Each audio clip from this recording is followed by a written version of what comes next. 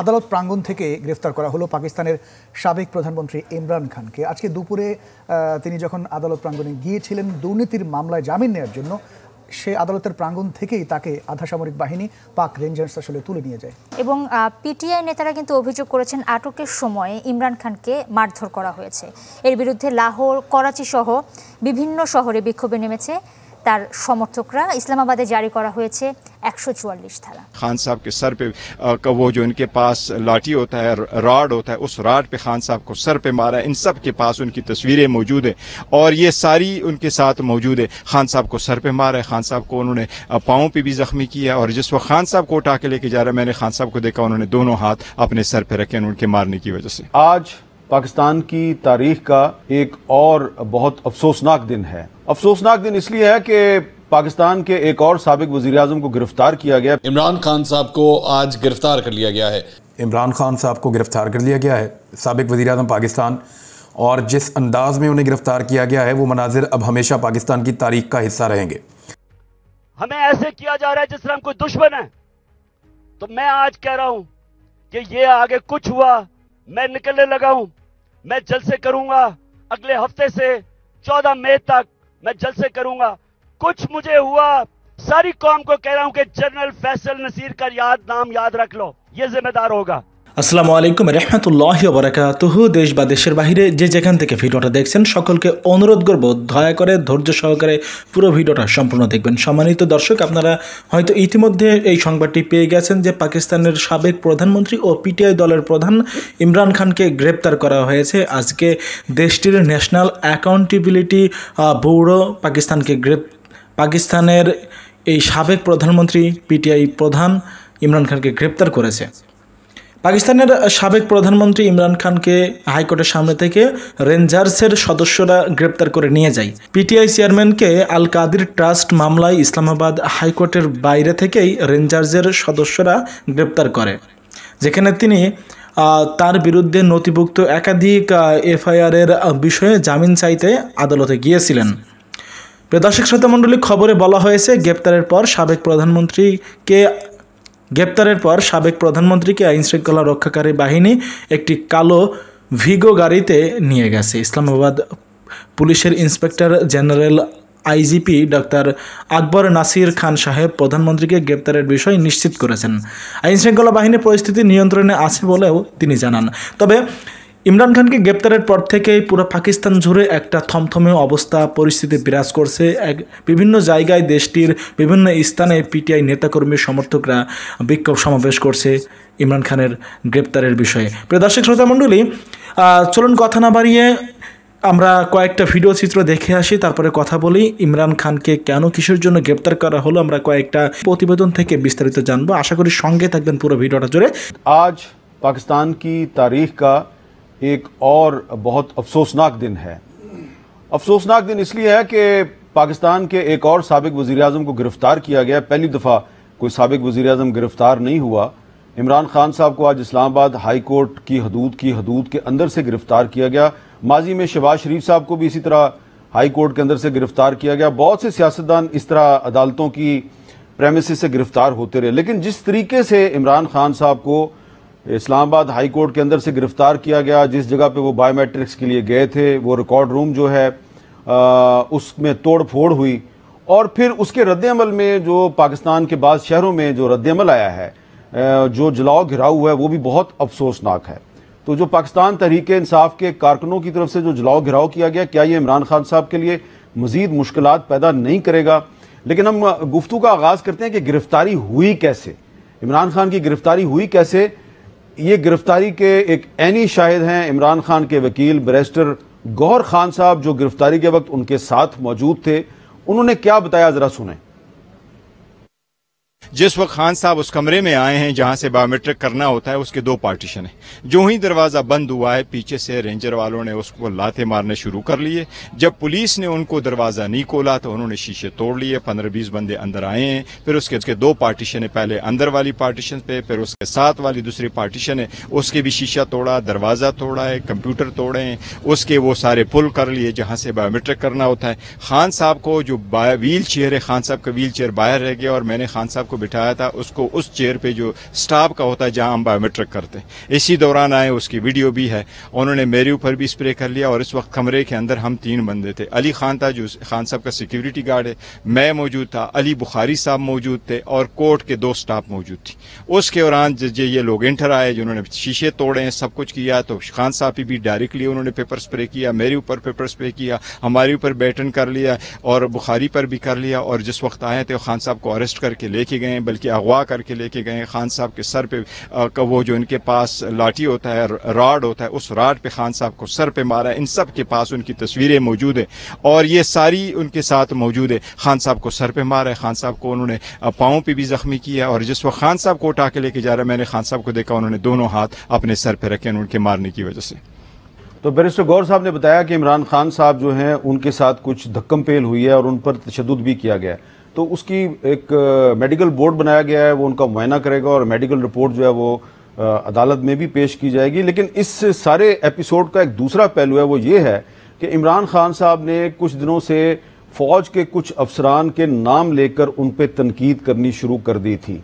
यही काम जब माजी में उस वक्त की ऑपोजिशन के कुछ रहनुमा करते थे तो उस वक्त के वजीर आजम इमरान खान साहब का क्या रद्दअमल होता था, ये रद्दअमल जो है इसको आज देखना और समझना और इसका एनालिसिस करना बड़ा जरूरी है। ये वो नवाज शरीफ है जो आज फौज के ऊपर और फौज के सरबराह के ऊपर इस तरह की जो जुबान इस्तेमाल कर रहा है, ये कोशिश कर रहा है फौज के अंदर इंतशार फैलाए। नवाज शरीफ, सुन लो मेरी गौर से बात, आज से मेरी पूरी कोशिश है तुम्हें इस मुल्क में वापस लाया जाए और तुम्हें यहाँ आम जेल के अंदर डालेंगे, वीआईपी जेल नहीं होगा। तुम वापस आओ तो मैं देखता हूं तुम्हें हम कैसे रखते हैं।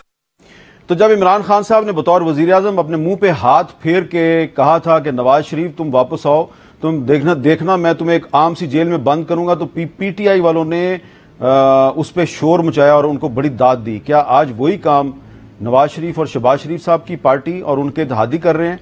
क्या पाकिस्तान की तारीख में सियासतदान जो है वो अपनी गलतियों से सबक सीखने के लिए तैयार नहीं, अपनी गलतियां दोहराते रहेंगे? गुफ्तगू के लिए हमारे साथ मौजूद हैं जनाब वसीम सज्जाद साहब, साबिक चेयरमैन सेनेट और माहिर कानून है, एहसन इकबाल साहब जो वजीर मनसूबा बंदी हैं, किसी तारुफ के मोहताज नहीं, और हामिद खान साहब साबिक सदर हैं सुप्रीम कोर्ट बार एसोसिएशन के।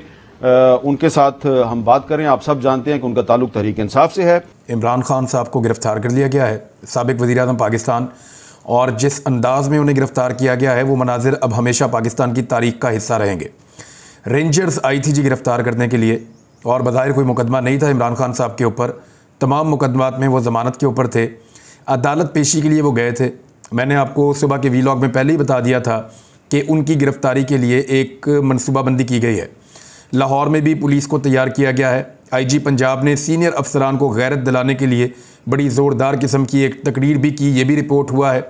जबकि जो CCPO लाहौर का ऑफिस है वहाँ पे पुलिस के अलावा कुछ और लोग भी मौजूद थे। और अब इस गिरफ्तारी के बाद सिचुएशन को कंट्रोल कैसे करना है ये हुकूमत के लिए सबसे बड़ा दर्द-ए-सर होगा। इमरान खान साहब इस्लामाबाद हाई कोर्ट पहुँचे थे और वो दफ्तरी कार्रवाई के लिए वहाँ पे हाई कोर्ट के अहाते के अंदर ऑफिस में मौजूद थे जब रेंजर्स अचानक हाई कोर्ट के अंदर दाखिल हुई और उन्होंने बज़ोर ताकत खिड़कियां तोड़ के इमरान खान साहब के सिक्योरिटी गार्ड्स को ज़ख्मी करके इमरान खान साहब के ऊपर टॉर्चर करते हुए उन्हें गिरफ़्तार किया है। ये जो टॉर्चर की इत्तलात हैं इसके कोई विजुअल्स नहीं बन पाए क्योंकि वहाँ पे लोगों को हटा दिया गया था। हो सकता है कि आने वाले वक्त में कोई ऐसी तस्वीर या मुनाज़िर हमारे सामने आ जाएँ, लेकिन जो वकला वहाँ पर मौजूद थे जिनमें से कुछ ज़ख्मी भी हैं, उनका ये कहना है कि इमरान खान साहब को जब रेंजर्स गिरफ़्तार करने आई तो उन्होंने डंडों के साथ मारा भी, इमरान खान साहब के सर पे भी मारा और उनकी टांग के ऊपर भी मारा गया। कुछ लोग ये रिपोर्ट कर रहे हैं कोई आनी जो उनके पास होता है वो डंडा उससे भी मारा, और कुछ लोग कह रहे हैं कि शायद लातों का इस्तेमाल भी किया गया है मारते हुए। तो इमरान खान साहब पे तशद्दुद करने के बाद उनको पकड़ा गया कॉलर से, बाजुओं से, और उनको घसीट कर निकाला गया। उनकी टांग के अंदर एक सूजन है और डॉक्टर का ये कहना है कि उनको व्हील चेयर के ऊपर ट्रैवल करवाया जाए और धक्कम पेल में उनको नुकसान हो सकता है। लेकिन रेंजर्स को गिरफ्तारी करने के बाद फौरी तौर पर इमरान खान साहब को कहीं पहुँचाना था तो उन्होंने इमरान खान साहब को घसीटते हुए वहाँ से खड़ा किया और घसीटते हुए ले जाकर एक गाड़ी में डाला और ऑपरेशन गिरफ्तारी मुकम्मल हुआ। उसके मनाजिर अब पाकिस्तान का पूरा पाकिस्तान सोशल मीडिया के ऊपर और पाकिस्तान के मीडिया के ऊपर देख रहा है। इससे पहले मुज़ाकरात बहाना था, इससे पहले इलेक्शन की कहानियाँ, ये सब बहाना था। कोई इमरान खान को बर्दाश्त करने के लिए इस मुल्क में तैयार नहीं है। और इमरान खान साहब कई मरतबा मुझे कुछ चीज़ें बता चुके हैं, वो मैं इस वीलॉग में आपके सामने रख दूंगा जो मेरी उनसे बातचीत हुई थी। एक तो इमरान खान साहब ने बड़ा साफ साफ कहा था कि मुल्क के सबसे ताकतवर आदमी ने नवाज शरीफ से वादा किया हुआ है कि इमरान खान का पत्ता साफ करके देंगे, और उसके बदले में नवाज शरीफ ने उन पर मेहरबानी की है। अब नवाज शरीफ साहब अपना बदला चाहते हैं कि मैंने मेहरबानी की तो मेरे पे भी मेहरबानी की जाए और वादा पूरा किया जाए। बकौल इमरान खान साहब के वादा ये किया गया था कि इमरान खान को ना सिर्फ गिरफ्तार किया जाएगा बल्कि अगले इलेक्शन से पहले इमरान खान साहब का पत्ता साफ करके दिया जाएगा ताकि नवाज शरीफ के रास्ते की रुकावटें दूर हो सकें। तो वो चीज़ें अब हम होती हुई देख रहे हैं। और जिस तरह रेंजर्स ने गिरफ्तार किया, आलमी मीडिया इसको कैसे रिपोर्ट कर रहा है, आलमी मीडिया जैसे रिपोर्ट कर रहा है वो मैं आपको अगले वीलॉग में बताऊंगा, अगर मौका मिला तो अगले वीलॉग में बताऊंगा अगर मौका मिला तो। आलमी मीडिया इसको ऐसे रिपोर्ट कर रहा है कि जैसे एक ताकतवर मिलिट्री एस्टेब्लिशमेंट ने जो पाकिस्तान की है, पाकिस्तान के साबिक वज़ीर आज़म को गिरफ्तार कर लिया है।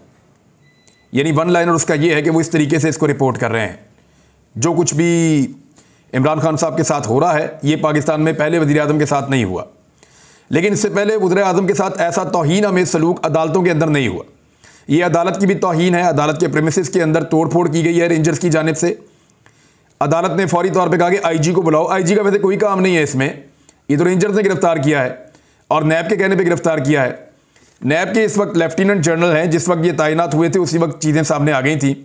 लेफ्टिनेंट जनरल रिटायर्ड नज़ीर अहमद साहब ये पाक फौज से रिटायर ऑफिसर हैं और इनको चेयरमैन नैब लगाया गया था। जब इनको चेयरमैन नैब लगाया गया था तो तब ये आवाज़ें आई थी कि ये हुकूमत की चॉइस नहीं है, ये चॉइस एस्टेब्लिशमेंट की है और ये बड़े सख्त इकदाम करेंगे इमरान खान के खिलाफ। तो इन्होंने एक वारंट इशू किया था छुट्टी वाले दिन 1 मई को, और 1 मई को छुट्टी वाले दिन जो इन्होंने वारंट इशू किया उसके ऊपर अजहर सिद्दीक साहब का स्टेटमेंट ज़रा आप देख लीजिए। वो ये कह रहे हैं कि नैब अदालत से इजाज़त के बगैर इमरान खान की गिरफ्तारी गैर कानूनी है। ये जो अभी इन्होंने नैब के कवानीन तब्दील किए हैं ना, तो उसके बाद ये नहीं हो सकता जो कुछ ये कर रहे हैं, ये गैर कानूनी है, ये नहीं किया जा सकता। तो नैब अदालत से इजाज़त के बगैर इमरान खान साहब की गिरफ्तारी गैर कानूनी है। चेयरमैन नैब का वारंट गिरफ्तारी जारी करना इख्तियारात से तजावज़ है। इस्लामाबाद हाई कोर्ट के अहाते से गिरफ्तारी तौहीन अदालत है और अदालत में तोड़ फोड़ भी की गई है। अच्छा, इसके बाद ये आगे उन्होंने बताया कि चेयरमैन नैब लेफ्टिनेंट जनरल रिटायर्ड नज़ीर अहमद ने 1 मई यानी छुट्टी के रोज़ इमरान खान साहब का वारंट गिरफ्तारी जारी किया। यानी छुट्टी वाले दिन भी आराम नहीं किया जा रहा था, इमरान खान साहब की गिरफ्तारी की कोशिश की जा रही थी। इमरान खान साहब ने एक बात तो ये बड़ी क्लियरली की थी कि उनको गिरफ्तार कर लिया जाएगा और उनको नहीं छोड़ा जाएगा। अब ये जो केस है अलकादर ट्रस्ट वाला, ये ट्रस्ट है जी, एक ट्रस्ट वाले केसेस में नॉर्मली ऐसी गिरफ्तारियां नहीं होती। ये मलिक रियाज साहब ने ज़मीन दी थी अपने कुछ दोस्तों के साथ मिलकर और यहाँ पे अलकादर यूनिवर्सिटी बननी थी, उसके ऊपर काम होना था। इसमें इमरान खान साहब का कोई अकाउंट कोई चीज़, क्योंकि इससे पहले एस्टेब्लिशमेंट के लोगों ने मुझे ये बताने की बड़ी कोशिश की कि ये केस है। जब मैंने 4 सवाल पूछे तो उनके पास जवाब नहीं थे, तो जब उनके पास जवाब ही नहीं थे तो मुझे लगा ये केस ही कुछ नहीं है। लेकिन अब इस केस को कोई रंग दे के इसमें इमरान खान साहब को गिरफ्तार करने की कोशिश की गई। मकसद गिरफ्तारी था, मकसद ये नहीं है कि केस मनतकी अंजाम पर पहुंचता या नहीं पहुंचता। लेकिन मुझे ऐसे लगता है कि पाकिस्तान की एस्टेब्लिशमेंट ने वो गलती कर दी है जो उन्हें नहीं करनी चाहिए थी। इससे पहले उन्होंने रिजीम चेंज ऑपरेशन करके गलती की जो अभी तक उनके गले में फंसी हुई है, और अब उन्होंने एक और गलती की है जो उन्हें बिल्कुल नहीं करनी चाहिए थी। बहरहाल गलती हो गई और अब आगे चलते हैं कि इस गलती का नतीजा क्या निकलेगा। अब इन्हिसार जो है वो पाकिस्तानियों के ऊपर है। यानी इमरान खान साहब ने कहा था, मुझे अच्छी तरह याद है जिस रात को यहाँ पे इमरान खान साहब के घर पे अटैक हो रहा था, बहुत शदीद आंसू गैस की शेलिंग थी। मैंने कोशिश की और मैं इमरान खान साहब के घर पहुँच गया, और जब मैं पहुंचा तो रास्ते में जो मैंने हालात देखे और जिस तरीके से मैं पहुंचा वो भी बहुत मुश्किल था, हालत ही गैर हो गई थी हम सब की।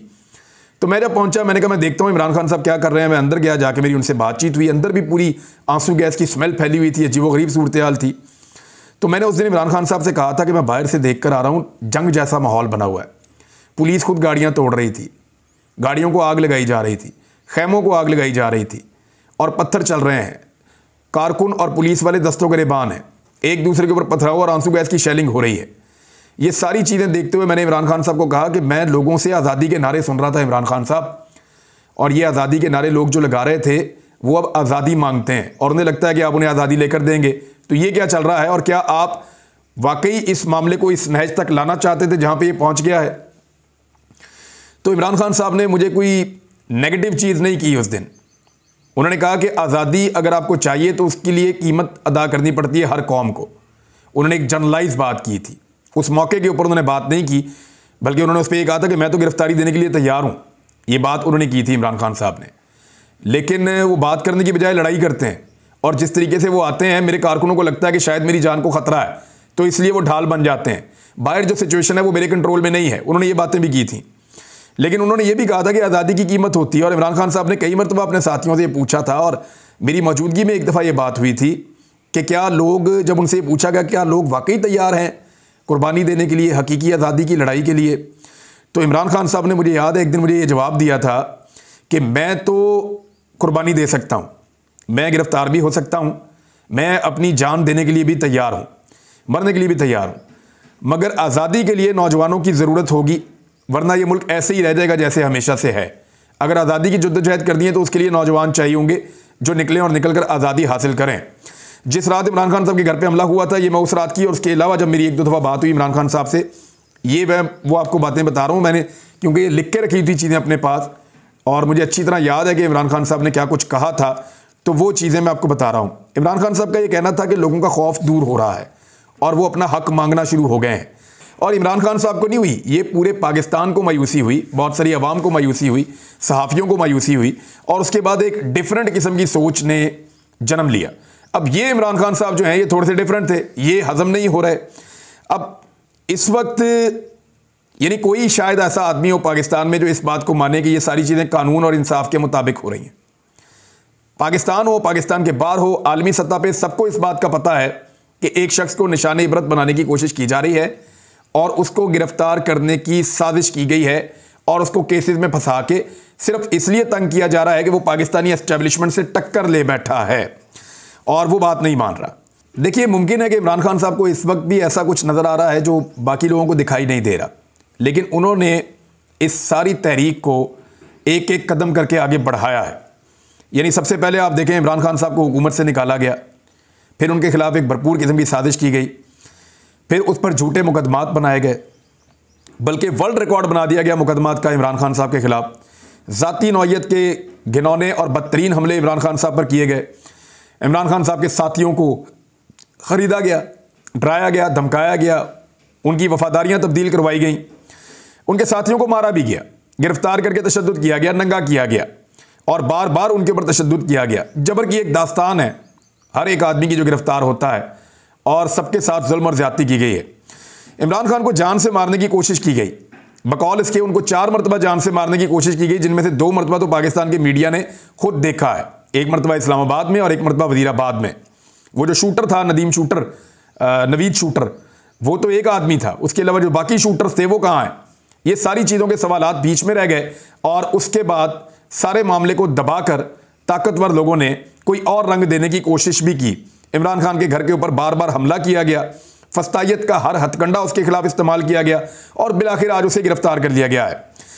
आज भी अगर वो शख्स गिरफ्तार है तो आप सोचिए कि क्यों गिरफ्तार है, किसकी वजह से गिरफ्तार है। अगर वो भी दूसरे सियासतदानों की तरह कॉम्प्रोमाइज़ कर लेता या कोई समझौता कर लेता तो कब का डील कर चुका होता।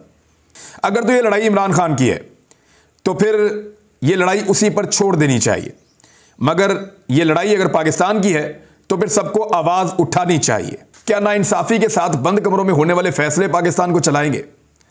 उस रात शहीद अरशद शरीफ ने एक बात की थी जो इमरान खान साहब की आखिरी रात थी वज़ीर आज़म हाउस में। जब इमरान खान साहब ने पूछा कि देखो कोई रह तो नहीं गया इस मुल्क में जो मेरे खिलाफ ना हो, तो अरशद शरीफ साहब ने बड़ी तफसील से कुछ चीज़ें बताई थी, इवन इदारों के नाम भी लिए थे। आज मैं इमरान खान साहब को एक बात कहता हूँ और उसी सवाल का जवाब मैं आज देता हूँ, क्योंकि इमरान खान साहब ने जब ये सवाल किया था तो वो मेरी तरफ देख रहे थे, मैं उनके बाएं जानिब बैठा हुआ था, और मैंने अरशद भाई की तरफ देखा तो फिर अरशद भाई ने इसका जवाब दिया और साबिर शाकिर भाई ने इसका जवाब दिया था। आज अरशद भाई इस दुनिया में नहीं है और साबिर शाकिर भाई पाकिस्तान में नहीं है, लेकिन इमरान खान साहब के सवाल का जवाब आज मेरे पास है। वो जो सवाल आपने अरशद शरीफ से पूछा था ना, उस वक्त तो अरशद शरीफ को नज़र आ रहा था और उन्होंने सबके नाम ले लिए थे और सारा कुछ बता दिया था। तो इमरान खान साहब आज उस सवाल का जवाब हर पाकिस्तानी के पास है कि कोई नहीं रह गया। यानी जिस तरह आपकी गिरफ्तारी हुई है और जिन लोगों के ज़रिए करवाई गई है, जिस इदारे को इस्तेमाल किया गया है, इससे बिल्कुल साफ़ हो जाता है, क्लियर हो जाता है कि कोई नहीं रह गया इस मुल्क में इस वक्त जो आपके खिलाफ ना हो। यानी एक ही ऑप्शन है कि अगर सुप्रीम कोर्ट ऑफ पाकिस्तान के चीफ जस्टिस इस मामले के ऊपर नोटिस लेके फौरी तौर पे इस पे एक्शन करें और तौहीन अदालत की कार्रवाई करें, जिन लोगों ने इस्लामाबाद हाई कोर्ट के अहाते के अंदर गैर कानूनी कार्रवाई की है, वकला के मुताबिक तो गैर कानूनी है, तो फिर तो कोई बात बन जाएगी। अदरवाइज अगर आप इस्लामाबाद हाई कोर्ट पे छोड़ देंगे तो कुछ भी नहीं होगा और कुछ हो भी नहीं सकता, क्योंकि वहाँ पे तो आईजी को बुलाया गया है। 15 मिनट कहा गया था, 45 मिनट तक तो मुझे पता चला था कि नहीं आए थे। उसके बाद मैं ये वीडियो रिकॉर्ड कर रहा हूँ।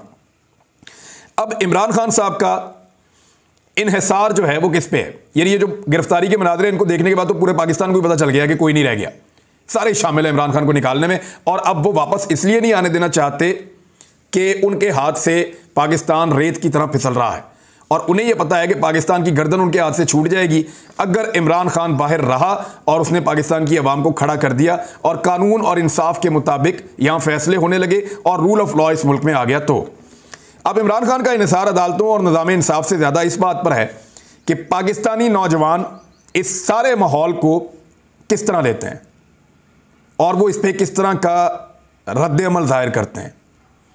इमरान खान देखें, आखिरी गेंद तक लड़ा है हर मरतबा और फिर वो घर चला गया। यानी पहले जब 2022 में लड़ाई थी तो आखिरी गेंद तक लड़ा और घर चला गया, उसके लोगों ने उसको मायूस नहीं किया, वो निकले और पूरे पाकिस्तान के अंदर छा गए। अब फिर इमरान खान ने आखिरी गेंद तक लड़ाई की है, गोलियां खाई हैं, घर तोड़वाया है, गेट उखड़वा दिया अपना, जख्म खाए, हर किस्म के इल्ज़ामात सहे, 150 के करीब मुकदमात उसने बर्दाश्त किए। लेकिन हर आदमी की एक कैपेसिटी होती है, एक जगह पे आकर वो गिरफ्तार हो गया और अब इमरान खान साहब गिरफ्तार हो गए हैं। देखना यह है कि उसके लोग इस मरतबा उसके साथ खड़े होते हैं या नहीं, क्योंकि पूरा का पूरा इन्हिसार इमरान खान का पाकिस्तानियों के ऊपर है। इमरान खान आज गिरफ्तार ज़रूर है, लेकिन वो गिरफ्तार होने से पहले पैगाम देकर गया है। उसने अपनी पार्टी को एक मनसूबाबंदी भी दी थी। अब वो गिरफ्तार ज़रूर है, मगर वो मुंतज़िर है कि उसके लोग उसको फॉलो करते हैं या नहीं करते। वो मुंतज़िर है कि लोग उसके लिए कितनी ज़ोरदार आवाज़ के साथ इंसाफ मांगते हैं, पाकिस्तान के अंदर भी और पाकिस्तान के बाहर भी। बाकी लोग अभी गिरफ्तार होंगे, क़यादत को भी गिरफ्तार किया जाएगा, पाकिस्तान तहरीक इंसाफ की कुछ सहाफ़ियों को भी गिरफ्तार किया जाएगा, आवाज़ें बंद करने की कोशिश की जाएगी जो इतलात आ रही हैं। तो जब तक गिरफ्तारियां नहीं होती तब तक तो बात करते रहेंगे। अब तक के लिए इतनी, अपना ख्याल रखिएगा, अपने चैनल का भी। প্রিয় বন্ধুগণ, আপনারা দেখতে পারলেন। এখন আপনারা আপনাদের অভিমত মতামতটা জানাবেন। এই প্রতিবেদনে বলা হচ্ছে ইমরান খান হাইকোর্টে গিয়েছিলেন, তিনি তার বিরুদ্ধে একাধিক মামলার বা একাধিক এফআইআরের জামিন নেওয়ার জন্য, এবং হাইকোর্ট থেকে কিন্তু ইমরান খানকে রেঞ্জার্সের বাহিনী বা সদস্যরা গ্রেপ্তার করে নিয়ে যায়, টানতে টানতে, মানে টেনে হিঁচড়ে ইমরান খানকে নিয়ে যায়। শোনা যাচ্ছে যে ইমরান খানের মাথায় নাকি আঘাত করা হয়েছে একটা বাঁশ দিয়ে। তো আসলে এভাবে ইমরান খানকে গ্রেপ্তার করা নিয়ে অনেকেই তীব্র নিন্দা এবং প্রতিবাদ জানিয়েছে। অনেকে বলছে তিনি দেশের সাবেক প্রেসিডেন্ট ছিলেন এবং একটা বড় রাজনৈতিক একটা দলের প্রধান, তাকে এভাবে টেনে হিঁচড়ে গ্রেপ্তার করার কোনো মানে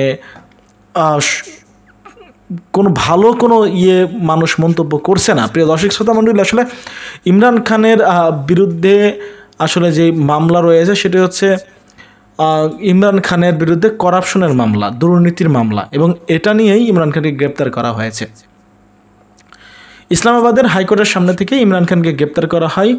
পুলিশ প্রধান বিবৃতিতে বলেছে, ইসলামাবাদের আইন শৃঙ্খলা পরিস্থিতি স্বাভাবিক রয়েছে, তবে শহরে 144 ধারা জারি করা হয়েছে এবং কেউ আইন লঙ্ঘন করলে তার বিরুদ্ধে ব্যবস্থা নেওয়া হবে।